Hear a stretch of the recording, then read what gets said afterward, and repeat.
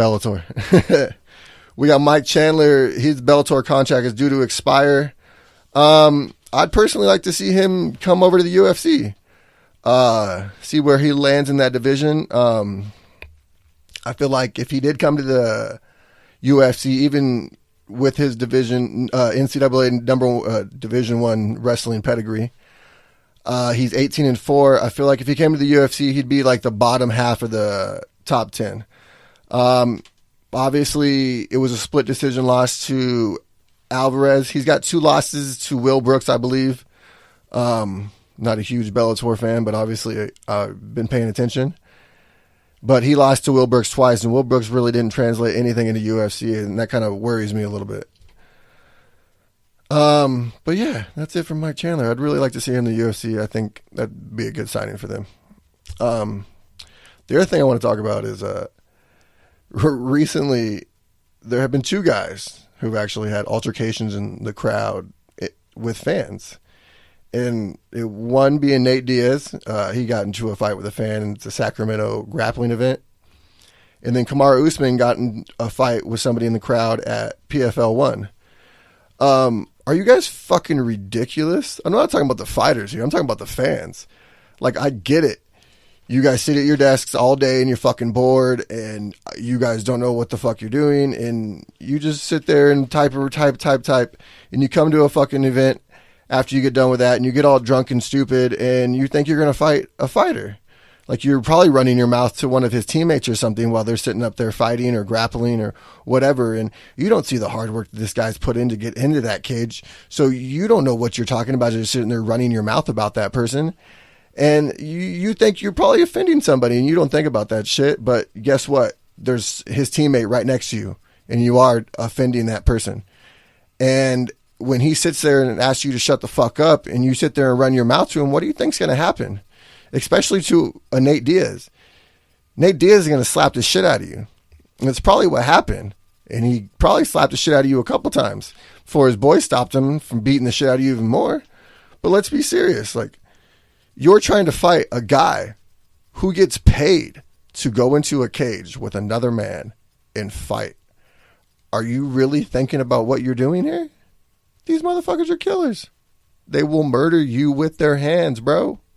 Why are you trying to fight somebody who gets paid to take another man out?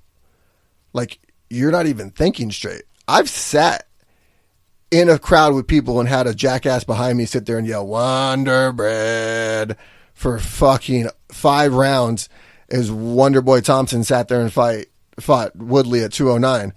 And it was the most annoying thing in the world. So I get how these fighters react, especially if it's someone that they know and it's a personal friend of theirs and or a teammate, or maybe it's one of the people that they train. You never know who that person is and you're just going to sit there and offend him. But I mean, shit, I was ready to fight a guy.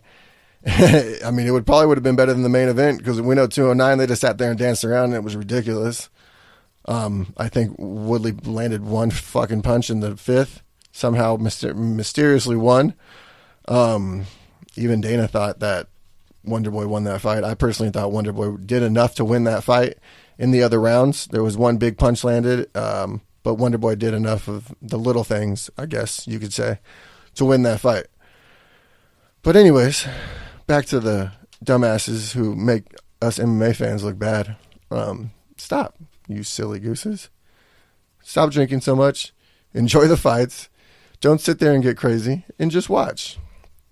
Another thing, Rashad Evans announced his retirement. I can't be more happier for Rashad. As you've seen in his last fight, he took some unnecessary damage. And I'm very glad that Rashad is going to go ahead and put his gloves down. Rashad won Tough Enough 2 as a heavyweight. As you all know, he's a former light heavyweight champion. 0-5 in his last fights. Wasn't a good thing, but I really think that we should remember Rashad for the early days because based on what he did earlier, he defeated people like Michael Bisping, Chuck Liddell, Forrest Griffin, Rampage Jackson, Tito Ortiz, Dan Henderson, and Chael Sonnen.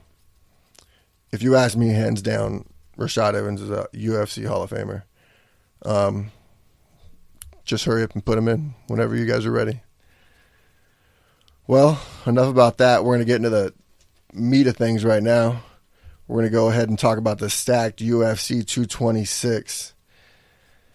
It is completely stacked from top to bottom. Some of these fights could headline fight night fights. And we're talking about prelim fights on this card. Could easily headline. And we'll get more into that. First fight of the night is going to be Emily Spitfire Whitmire versus Jamie Moyle. Spitfire Whitmire is 2-2. Jamie Moyle is 4-2. They're both strawweights. Obviously, we're going to fight in the strawweight division. They're both Tough Enough alumni. Whitmire was on season 26. Jamie Moyle was on The Ultimate Fighter 23. Whitmire made it to the quarterfinals of her Ultimate Fighter experience. And Jamie Moyle lost in the first round of the tournament. But between these two, how they match up, I really like Moyle. Moyle, personally, to me, I really feel like she brings the fight to people. Even when she's down and she's in a bad position, she'll try to get herself out of it. She's not one of those people that just waits and lets the fight just finish, I guess you could say. You see that a lot in some people, and they'll just give up. They have that ability to not keep going. I'm not going to sit here and name any names, but if you watch MMA enough, you'll see it. And it might not happen every single time they fight, but it happens. And I feel like Jamie Moyle definitely does not have that.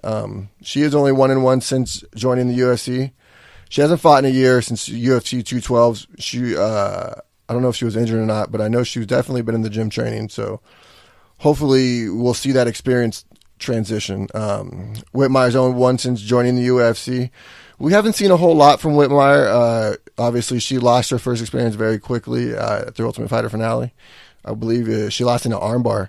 When she got lynched in that armbar, you could see it was deep, and you could see she grissomed in pain. If you watch that back, you could see the look on her face was excruciating. Like, that armbar was deep. But that should be a good fight. I feel like they both have a lot to prove, and it should be a good one. That just starts us off.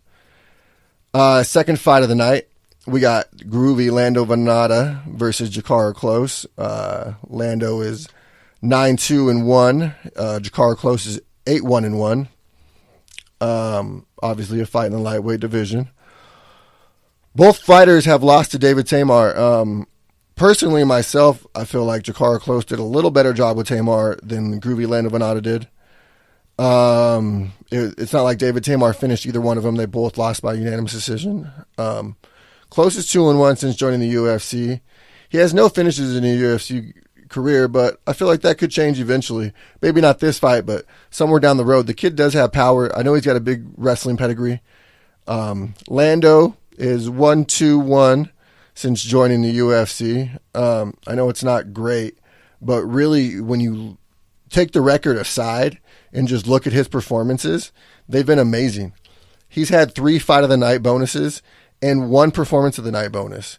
So what that says is every single fight that he's been in the UFC, he's won a performance bonus. So as his record doesn't look great to you, you have to understand the value that he brings to the UFC, being the type of fighter that will obviously bring the fight to somebody. And that makes for an interesting matchup with Jakara Close. So that second fight is going to be amazing, and I can't wait to see that personally. Like I said, some of these fights could be up there in some fight night cards, and I believe that's one of them. The third fight of the night, and it's going to be the fight pass main event, is going to be Dan Hooker versus Gilbert Burns. 13-2 is Burns, 16-7 is Hooker. These two are obviously meeting in the lightweight division. Hooker is 6-3 since joining the UFC. He's 3-0 since returning to lightweight. He's finished every single one of those fights since returning to the lightweight division. So I feel like since he's gotten back to that weight, maybe some powers came back in his hands. I mean, obviously, we've seen it even in his knees. He took out, who did he fight last? It's Jim Miller, I believe, and that was in Atlantic City, and he took him out with a dirty, dirty, dirty knee. So obviously this guy's got finishing power. Burns is 6-2 since joining the UFC. Winner of his last 2. Big knockouts. His last 2 fights were huge knockouts. Burns is a 3-time Brazilian Jiu-Jitsu champion. I think that speaks wonders because Hooker's not going to want to take him down, knowing the experience that Gilbert Burns gives on the ground. Gilbert Burns is actually the underdog in this. Slim underdog, but it's still the underdog nonetheless. The one thing I do like about Hooker is that kid's got some balls. After his last fight in Atlantic City, Paul Felder was sitting in the cage with him, interviewing him, much like Joe Rogan does. If you haven't seen it already, what he does is he calls Paul Felder out to his face. He says, "I know you're looking for a fight, and I'll fight you." And Paul Felder responded, "I've been waiting for someone to do that. I've been waiting for someone to have the balls to call me out to my face right in front of me as I'm doing this." And Hooker did it. And I think that just shows what this kid wants in his life and what he wants to come out of his career. I really feel like we're looking at two very good prospects meeting very early in their career. And no matter how this comes out, I feel like these two might meet again somewhere down the road. It's going to be a great fight to finish out the fight night prelims. That's going to be for sure. The fourth fight of the night, which is going to be the first fight in the FSN prelims, is going to be Curtis Millender versus Max Payne Griffin. Hell yeah. I like those nicknames. Curtis Millender is 15-3. Max Griffin is 14-4. They're fighting at the welterweight division. Griffin is 2-2 since joining the UFC. He's a first-degree black belt in kickboxing, among other things. Griffin obviously won his last fight against Mike Perry via decision. Mike Perry is still looking for an opponent, as we now know. Yancy Medrano is going to be out. I don't exactly know what he's going to be pulling out with, so I'm not going to quote what it was. There's multiple sources saying different things, so we'll wait until the UFC or someone comes out with more official word and talk about that later. Curtis Millender is 1-0 since joining the UFC. Won a performance of the night bonus with a knee that knocked out Thiago Alves, and it was scary. Millender has big power in his hands and his feet. That's going to be a great fight. Next fight, be the fifth fight of the night, is going to be Rafael Sunsao versus Rob Font. Font's 15-3. Sunsao is 26-5. Sunsao is the number 3 bantamweight in the world. Rob Font is the number 11 bantamweight in the world. Sunsao is 10-2 since joining the UFC. He's won his last 3 fights in a row. He's 1-1 against current UFC bantamweight champion TJ Dillashaw. His last fight, he won the performance of the night's bonus. Rob Font is 5-2 since joining the UFC. All wins have been by finish, so all 5 of his wins have been by finish. That speaks a lot about Font. He obviously goes in there to finish his fights. This is going to be a great fight, I believe.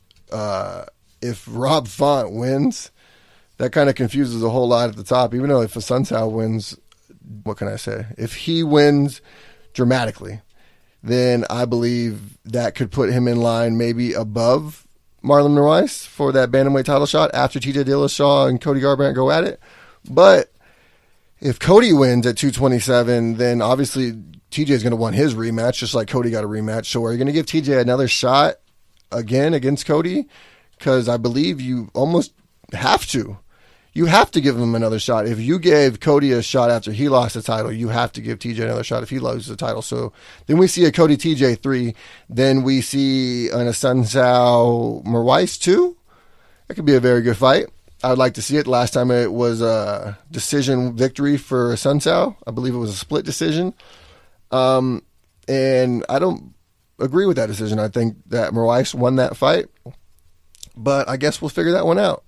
So the fifth fight of the night was supposed to be Yancy versus Mike Perry, but obviously Mike Perry is going to be fighting somebody else now. Yancy Medrano had to pull out for, like I said at this time, an undisclosed reason. I think Perry has really evolved in his last training camp. I think he realized he hit the ceiling where he was at in Orlando, and he needed to go somewhere else where there was a higher ceiling. And he went to the best place possible. He went to Albuquerque, New Mexico, and he went to Jackson Wink MMA. Perry now trains with killers. There's some killers over there in Jackson Wink's MMA. You got Cub Swanson. You got John Jones. You got Holly Holmes. I mean, you want to strike with somebody? Strike with Holly Holmes for a minute and see if you can really last in that division, because that's probably one of the best strikers in UFC, hands down. But yeah, I'm really kind of bummed we're not going to see that fight, but